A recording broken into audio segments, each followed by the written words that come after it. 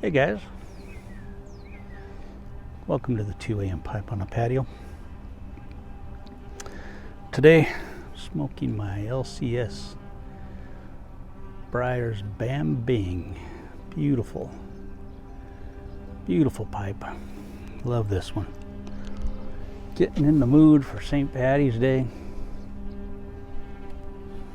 I am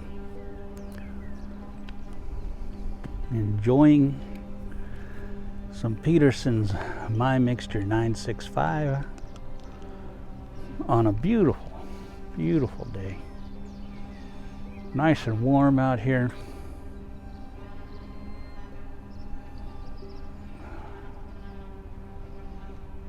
I was wearing a flannel, but man, it got too hot out here, so I had to take it off and start all over.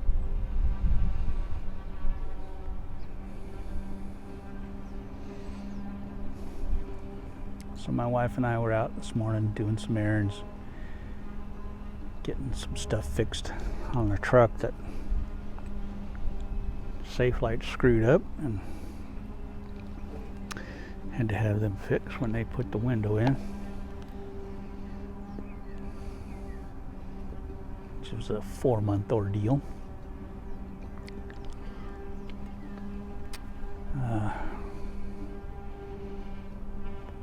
We have a Viper alarm system on the truck, and when they replaced our window, they pulled the receiver out for the Viper alarm, which controls the auto start, the door locks, and the alarm on the truck.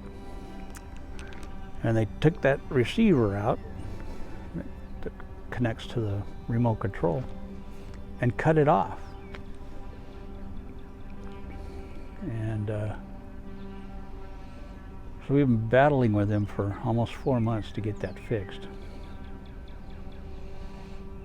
So we went down and got that repaired today ourselves, and they told us to bring the receipt down to them and they would fix it. So they would pay for it. So we got that done this morning. What a fiasco that was.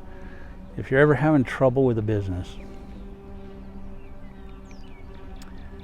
the thing that I discovered that works best is to go on Twitter and put at whatever the business is, like mine was SafeLight, at SafeLight, and then put the trouble you're having on there, and they will answer you right away.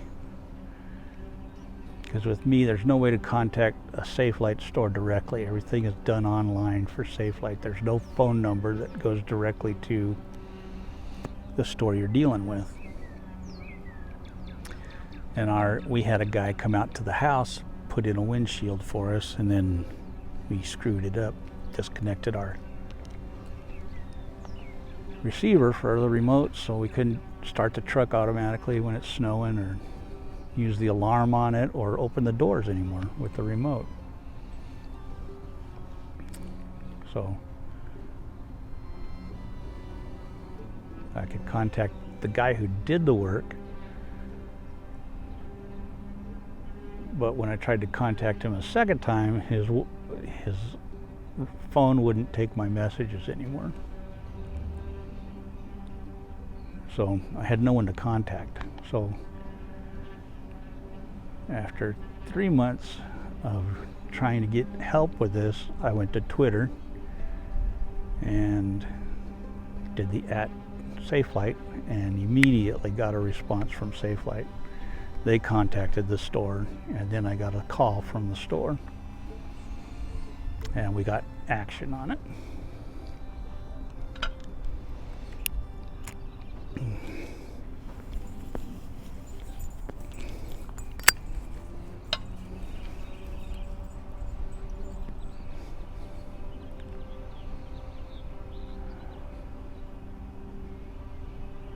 But anyway, after we got that taken care of, we decided to go to breakfast. And my wife said, hey, why don't we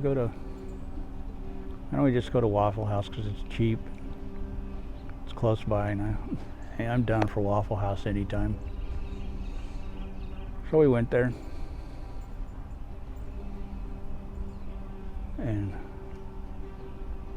for the first time in my life, I'm 62 years old. For the first time in my life, I ordered coffee at a restaurant. First time ever. Momentous day in my life today. I've never been a coffee drinker. I never drank coffee until about 2 months ago. I started drinking some coffee. And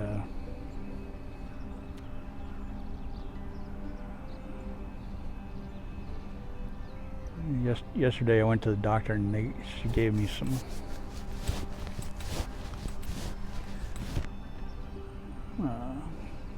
muscle relaxers. So I'm a little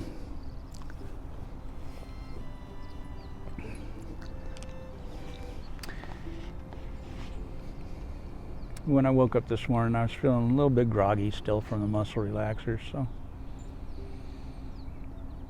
I decided, I'm gonna have some coffee. So I ordered coffee for the very first time in a restaurant. I gotta say, it was a pretty darn good cup of coffee, Waffle House. And I want to buy one of their mugs. I like their mugs. They were good stout mugs and kept it warm. It actually had 2 cups. Good cup of joe. So we had a nice breakfast. Came home.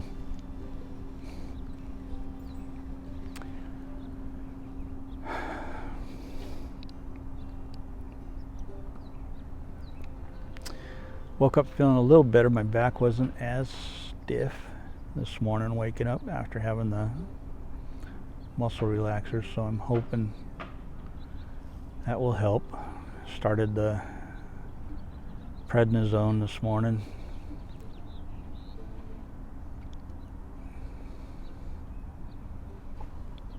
And I got to take the second dose here.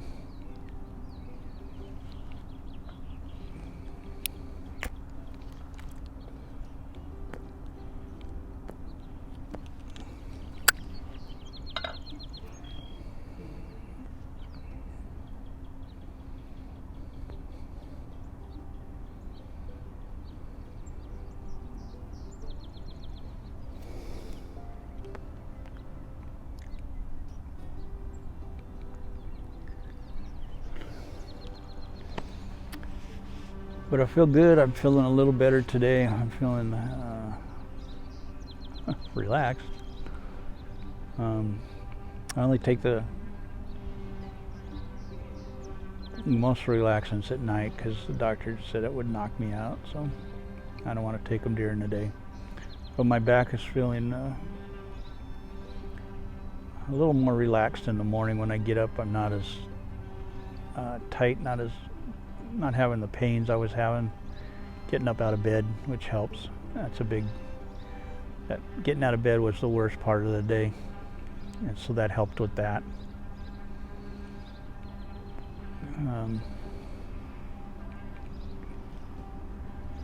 So we'll see as the day goes on how I'm feeling.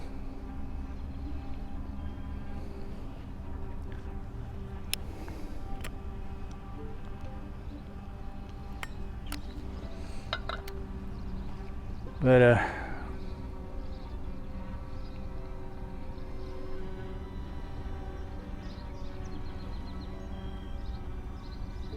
yeah, big day. Ordered coffee in a restaurant like a big boy.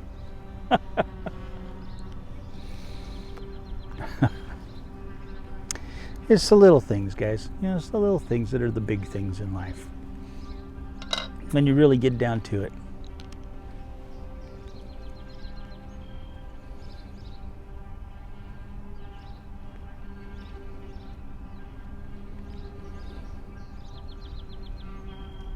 the things we worry about in life turn out to not be the big things in life.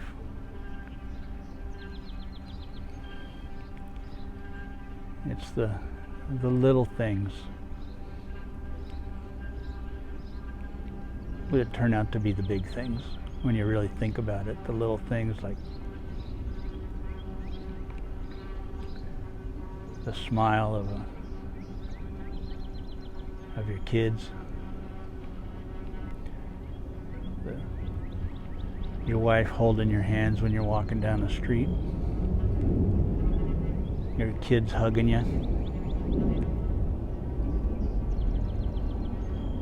If you're lucky enough to have a grandkid, I'm sure their hugs and their kisses are the big things in your life.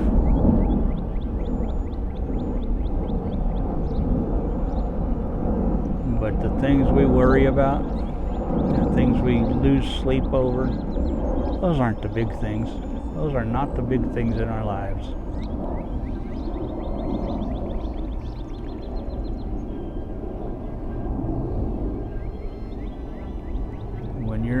When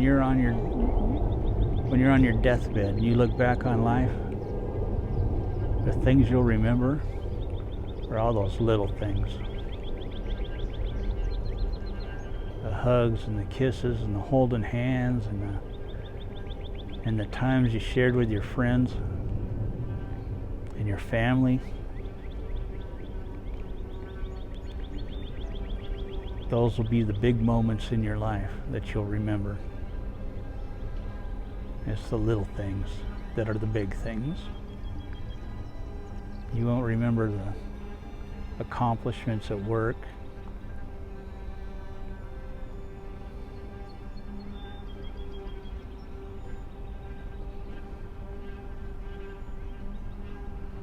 You'll remember your family and your friends and the times you shared together.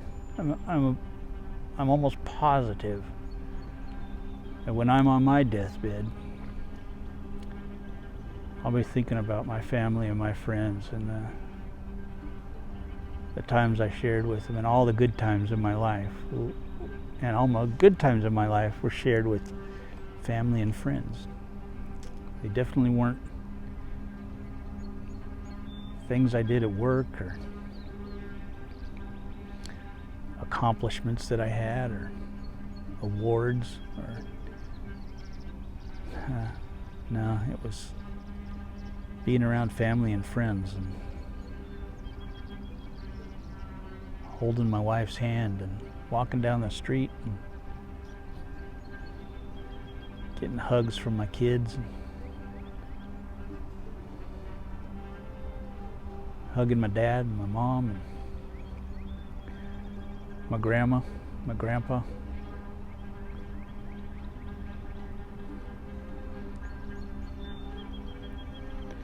My nieces and nephews, stuff like that. Those are going to be the big things I remember. Going fishing with my nephew. Going fishing with my buddy Frank. Those are the big things I'll remember in my life.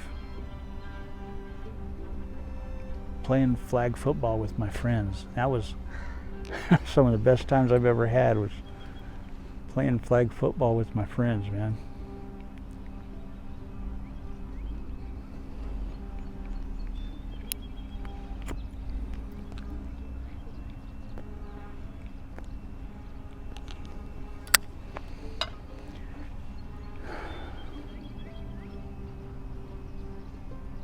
Just pick up games on a Sunday afternoon, just meeting at the football field and playing flag football for hours with my buddies.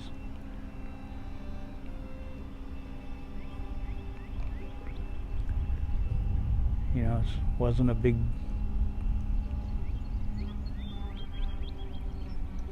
league or nothing. It was just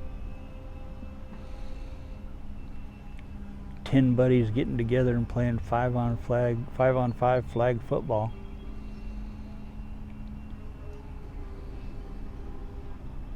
God, we had fun doing it, man. We had fun doing it.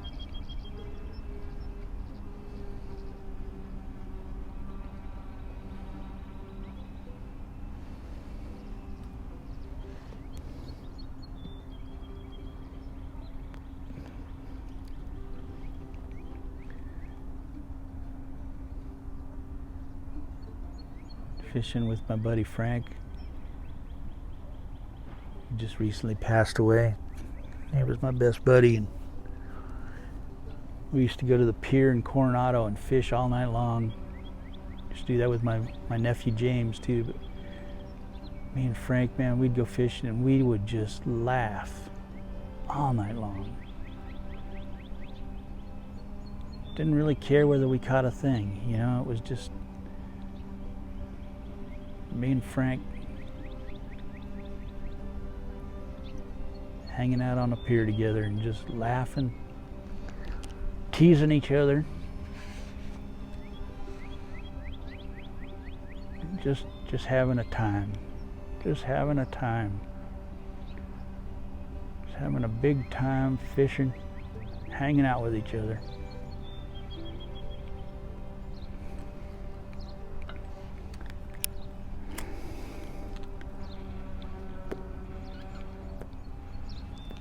Frank and I knew each other for about 40 years.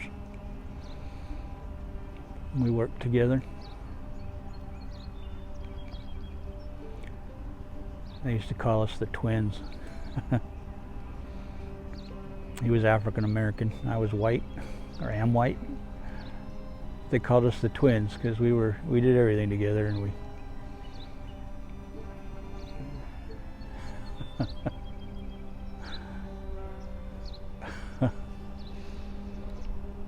Frank was a big old boy. He was about 6'5", 320, 330 pounds. Big old guy. He was my little brother. He was my little brother.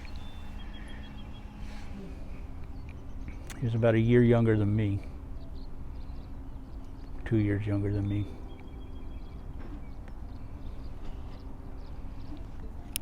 And we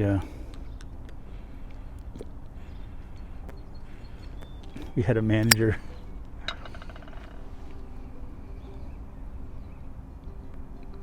I used to call everybody Cubby. Hey Cubby, hey Cubby. Everybody was Cubby. So one day Frank and I were standing at this one place, and he was across the building, and he said, hey Cubby, what are you two doing over there? And I said, did you hear that, Frank? He called us chubby. And Scott was like, no, I didn't say chubby, I said cubby. I go, what are you, a sizist? Are you a sizist? And everybody was rolling. The customers were rolling. Everybody was laughing because he was like pedaling backwards. I didn't say chubby. You're a sizist, aren't you? You're a sizist. And then Frank was in on it. Frank had this incredible sense of humor. Just he would roll with anything. If you started something, he was right there with you, rolling with it. And Frank was funny. God, he was a funny guy. But those are the things I'll remember. The stupid little things in life. And then we got laughing, and Scott got laughing. It was, once he knew we were joking with him, he was, hey, you jerks, you guys are a couple of jerks. Customers were rolling.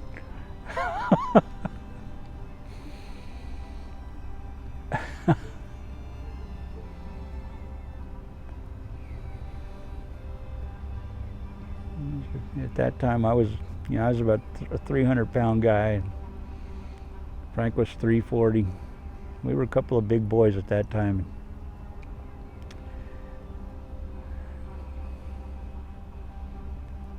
You call us chubby? Boy, he started backpedaling so quick, it was unbelievable.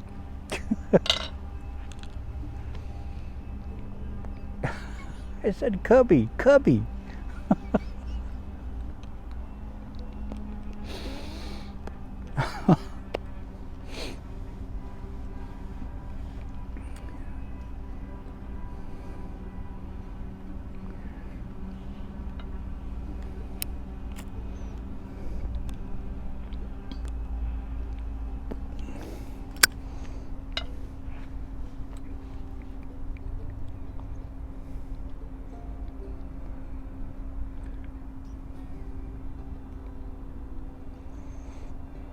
I miss him. I miss Frank. I miss Frank terribly.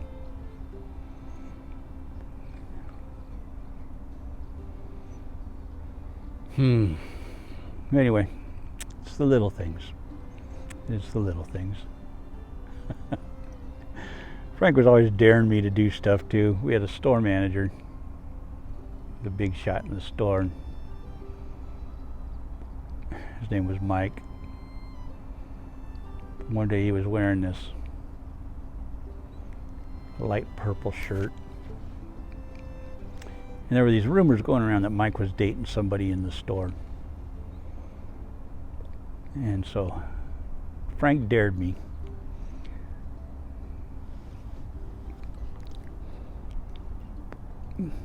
to tell him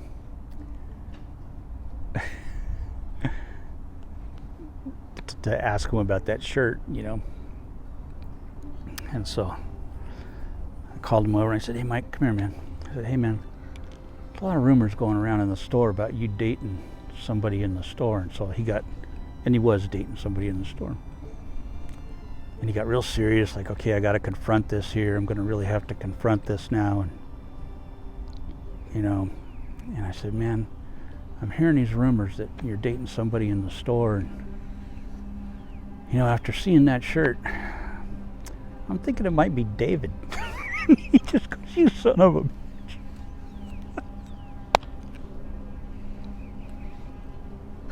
And he just kind of pushed me away from him. And he walked away just laughing. "You son of a..." Frank was like, "I can't believe you did that."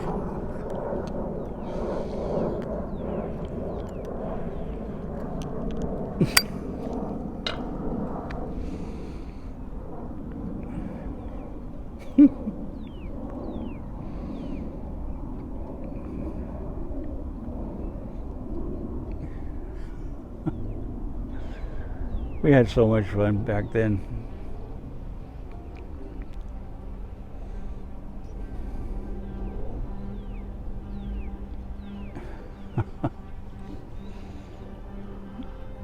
That was a fun place to work. That was a fun place to work at times. And then I got too corporate, and all the fun was gone out of it.